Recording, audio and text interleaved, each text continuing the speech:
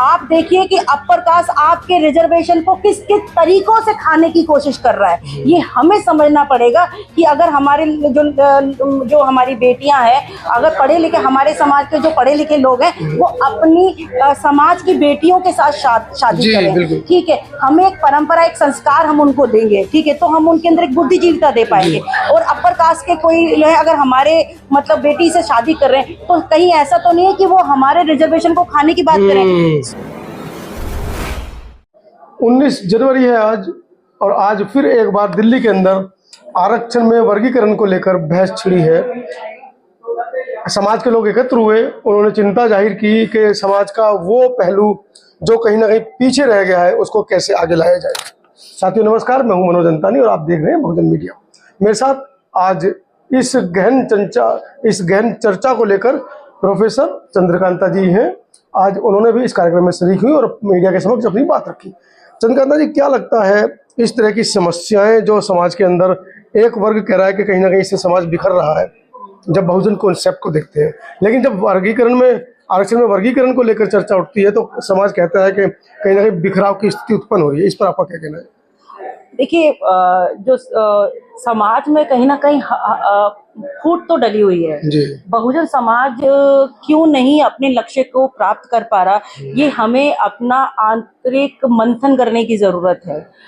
मैं लगातार आप अच्छे तरीके से मुझे सालों साल से जानते हैं, और मेरे अभी यही दुख है। मैं हर मंच पे होती हूँ, मेरे लिए कोई एक जाति विशेष का मंच मायने नहीं रखता। कभी आपने मुझे जाति पर बात करते हुए नहीं देखा होगा, और मैं भी किसी ना किसी जाति से संबंधी रखती हूँ।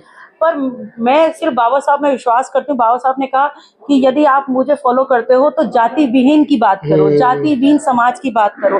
तो मैं एक वंचित समाज की बात करती हूँ, मैं किसी जाति की बात नहीं करती। क्योंकि जाति की बात करेंगे तो जिस व्यवस्था से हमें लड़ना है, हम उनको मजबूत कर रहे हैं। हम उसको मजबूत है, क्योंकि क्या कहते हैं ना, सालों साल तक फूट डालो राज करो का जो मतलब अंग्रेजों ने 200 साल तक, उससे पहले मुगलों ने और अन्य तरीके से सदियों से, प्राचीन काल से हमें बांटकर ही हमारे ऊपर शासन किया है। अभी भी उसी व्यवस्था के लोग रूल कर रहे हैं, और हम बहुजन समाज होकर भी हम शासक नहीं बन पाए हैं। ये सबसे बड़ी विडंबना है, ठीक है। तो आज समय है कि हमें ये देखना पड़ेगा कि कौन हमारे लोगों को बांट रहा है, ठीक है। तो हमें बंटना नहीं है, हम सिर्फ वंचित समाज हैं, हम सिर्फ एक शेड्यूल कास्ट हैं, और शेड्यूल कास्ट में जो 1028 जातियां हैं, उसके अलावा भी बहुत सारी 6000 जातियां हैं जो वंचित आती हैं, और उनको उस लिस्ट में नहीं भी रखा गया है।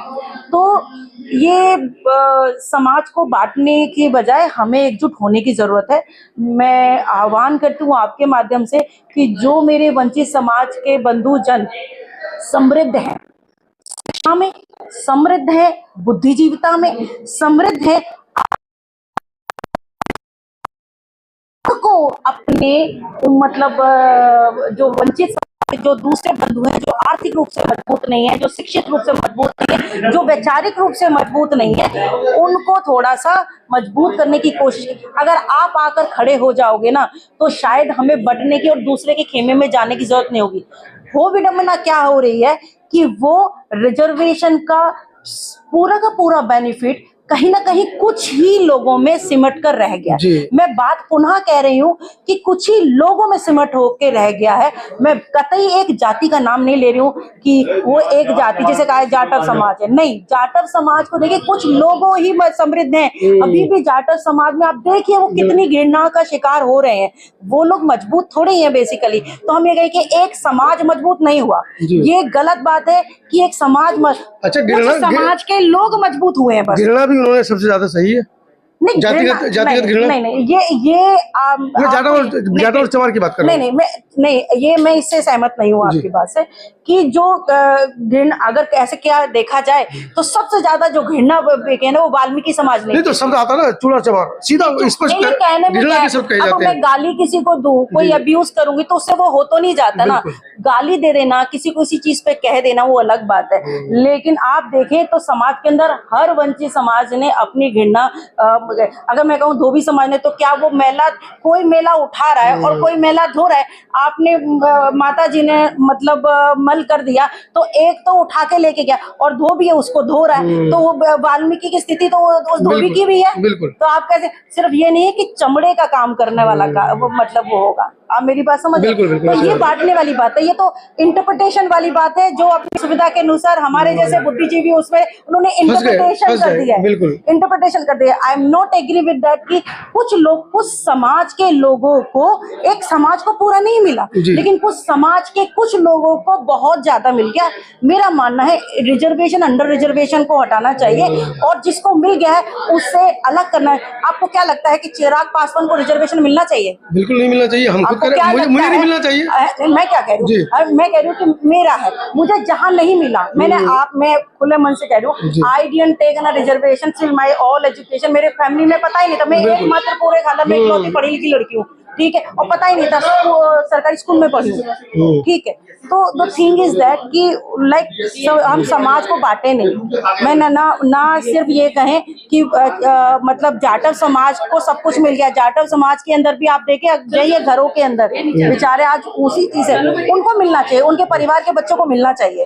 जिस परिवार में रिजर्वेशन एक बार नहीं मिला उसमें जाना चाहिए, जिस परिवार के अंदर कोई चीजें नहीं हुई है उसको जाना चाहिए, जिस परिवार में मिल गया उसको नहीं जाना चाहिए। मैं आर्थिक व्यवस्था को भी देखने की बात करती हूँ। बिल्कुल। अच्छा मैडम, एक सवाल निकल के रहा था, मैं इससे बिल्कुल इतना एक सवाल पूछ रहा हूँ, क्योंकि आप महिलाएं, महिला प्रतिनिधित्व को ज्यादा बल देती हैं और इस बात को आपसे बखूबी अच्छा आंसर कोई दे भी नहीं पाएगा।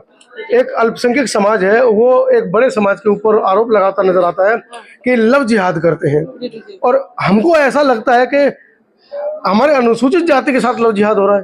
बिल्कुल, I am very much agree. मैं यहाँ पे ये बात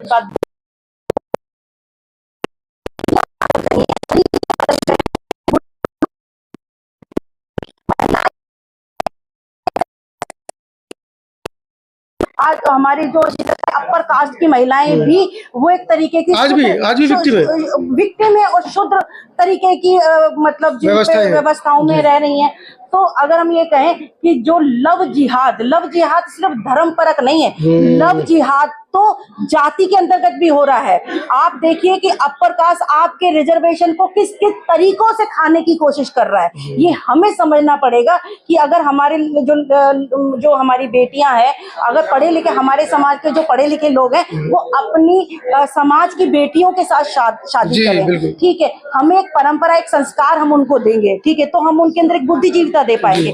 और अपर कास्ट के कोई जो है अगर हमारे मतलब बेटी से शादी कर रहे हैं, तो कहीं ऐसा तो नहीं है कि वो हमारे रिजर्वेशन को खाने की बात करें। स्पेसिफिकली मैं पॉलिटिकल रिजर्वेशन की बात कर रही हूँ। पॉलिटिकल रिजर्वेशन में क्या है कि जो अब जनरल कैटेगरी का रिजर्वेशन नहीं ले सकता, तो क्या करेगा वो, हमारे समाज की किसी लड़की से शादी करे, वो पढ़ी लिखी लड़की मिलेंगे, हमारे समाज की बहुत अच्छी पढ़ी लिखी और अच्छी नौकरी में लड़के, उसकी शादी वो अपने यहाँ कर लेंगे। तो समझिए, हमारे यहाँ से एक एजुकेशन, एक पीढ़ी को ले लिया, वहाँ पर उनको हीन भावना नहीं आती है, वहाँ उनको हीन भावना नहीं आती है, और फिर उसके परिवार से बहुत ज्यादा संपर्क भी नहीं रहता। उसके बाद अगर जहाँ पर वह खुद चुनाव नहीं लड़ पाते, वहां पर अपनी बहू के नाम पर और बेटी के नाम पर उनके पीछे वो सीट एक किसी और रिजर्व की मिल सकती थी, लेकिन वो फाइनली किसके पास चली गई? क्योंकि बेटी तो हमारे समाज में, हिंदुस्तान के अंदर, भारत के अंदर पराया धन होती है। मैडम, लगातार जातिगत जनगणना की डिमांड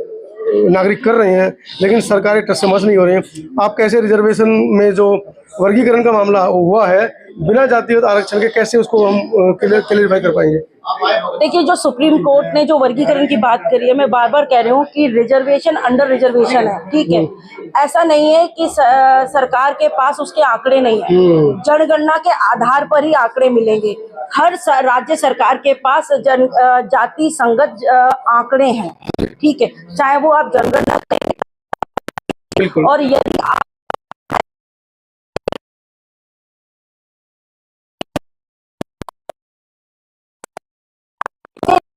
अलग से जनगणना करनी ना करनी, तो ये टिप्पणी नहीं करूंगी। आधार कार्ड है, सभी में आधार कार्ड है, इलेक्शन आई कार्ड है, या राशन कार्ड है, या हमारा वंचित समाज तो वैसे भी गरीब है ना, तो वो तो राशन कार्ड पर ही चल रहा है, ठीक है। कोई हमें लालच देता है तो हम फ्री में ये दे देंगे, हम फ्री में वो दे देंगे और हमारे वोट ले लेता है। तो इसका मतलब हमारे बारे में, हमारी तो पूरी पूरी कॉलोनियां बसाई हुई हैं, जे कॉलोनी, फलाना कॉलोनी, ठिकाना कॉलोनी, तो कैसे कह सकते हैं कि उनके पास आंकड़ा नहीं है? उनके पास आंकड़ा है। तो जनगणना जाति के ऊपर हो या ना हो, उसके बावजूद भी आंकड़ा है और हम अपने आंकड़े की लड़ाई लड़ सकते हैं। नीति और नियत में फर्क है, आप ये कहना चाह रहे हैं? नहीं, मैं नहीं कह रही कि नीति में भी फर्क है और नियत में फर्क है, वो उनका प्रशासनिक मामला है, वो जिस तरीके से करे। पर मेरा मानना ये है कि कहते हैं कि अगर नियत अच्छी रहेगी तो नीति अच्छी बनेगी। हम ये अगर आलोचना करें तो हम एक तरफा नहीं कर सकते, जिसके अंदर दुश्मन के अंदर भी सीखने का बहुत कुछ होता है। अगर हम एपिक कथा के ऊपर जाते हैं, रामायण के ऊपर जाते हैं, तो रावण को हम बहुत बड़ा वो बोलते हैं, मतलब लोग बोलते हैं कि भाई बड़ा उसने वो दुराचारी था, सबसे बड़ा विद्वान था, पंडित था, बिल्कुल ठीक है, एक पंडित था, एक क्षत्रिय था, ठीक है। उसके बावजूद भी शिक्षित, सबसे ज्यादा विद्वान होने के बावजूद भी था, तो वो शत्रु होने के बाद भी मतलब राजा राम ने अपने भाई को ये कहा कि शिक्षा लेकर आओ। और जब वो पहले गया तो मतलब सिराने खड़े हुए लक्ष्मण सिराने, जो कहानियों में जो सुनने में मैंने जो पढ़ा है, देखा है, तो वो सिराने खड़े हुए, तो सिराने खड़े होने पर कह के उसने रावण ने कुछ नहीं बोला। लेकिन जब उसके बाद वापस, अरे मैं तो नहीं जाता, वो मेरा शत्रु है, हमने मार दिया है, उसमें उससे क्या ज्ञान मिलेगा? तो राम ने पूछा कि कहते कि तुम कहाँ खड़े? कहते मैं तो सिराने खड़ा था। कहते जब शिक्षा लेनी है तो उसके पैरों के सामने खड़ा होना पड़ता है। तो उस तरीके से वापस गए, फिर उसने अपना जो भी बोलना था, अपनी गलतियों को बताया कि जो गलतियां मैंने करी, राजा होकर आप मत करना, बिल्कुल, पर स्त्री पे कभी भी ध्यान मत देना, और अपने ही राज्य की सुरक्षा करना ही अच्छे राजा का धर्म होता है। तो कहने का मतलब है कि कोई भी शासन में है, उसकी नीति और नियत अलग चीज हो सकती है, मैं उस पर कोई टिप्पणी नहीं कर सकती, लेकिन हाँ ये जरूर है कि हम अपने बहुमत की ताकत से उसकी नियत को अच्छी नीतियों में तब्दील कर सकते हैं। अगर बुरा भी है तो हम उसको अच्छा बनने पे मजबूर कर सकते हैं, यदि उसे राजा बना रहना है तो। और राजा नहीं बनना है तो जैसा करना है वैसा करो, और अगर राजा बने रहना है तो हमें नजरअंदाज करके आप या कोई भी राजा रहने शासन करना है तो पर जनता का शासन जनता के लिए और जनता के द्वारा ही होगा, आपके द्वारा, आपके लिए और आपके द्वारा नहीं होगा। नहीं, गंभीर विषय, इसको सोचने और समझने की जरूरत है, और हमारे बुद्धिजीवी वर्ग के ऊपर बहुत ज्यादा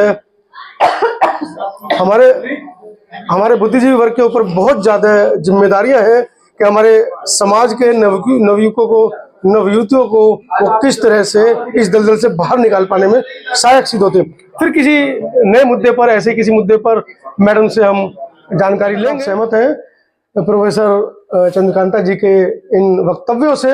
कमेंट सेक्शन में जरूर बताइएगा। फिर किसी गंभीर मुद्दे पर मैडम से साक्षात्कार करेंगे। तब तक के लिए मैडम दीजिए विदा। धन्यवाद आपका। मुझे भी बताइएगा कि मैं कितनी सही और कितनी गलत हूँ। Thank you. धन्यवाद।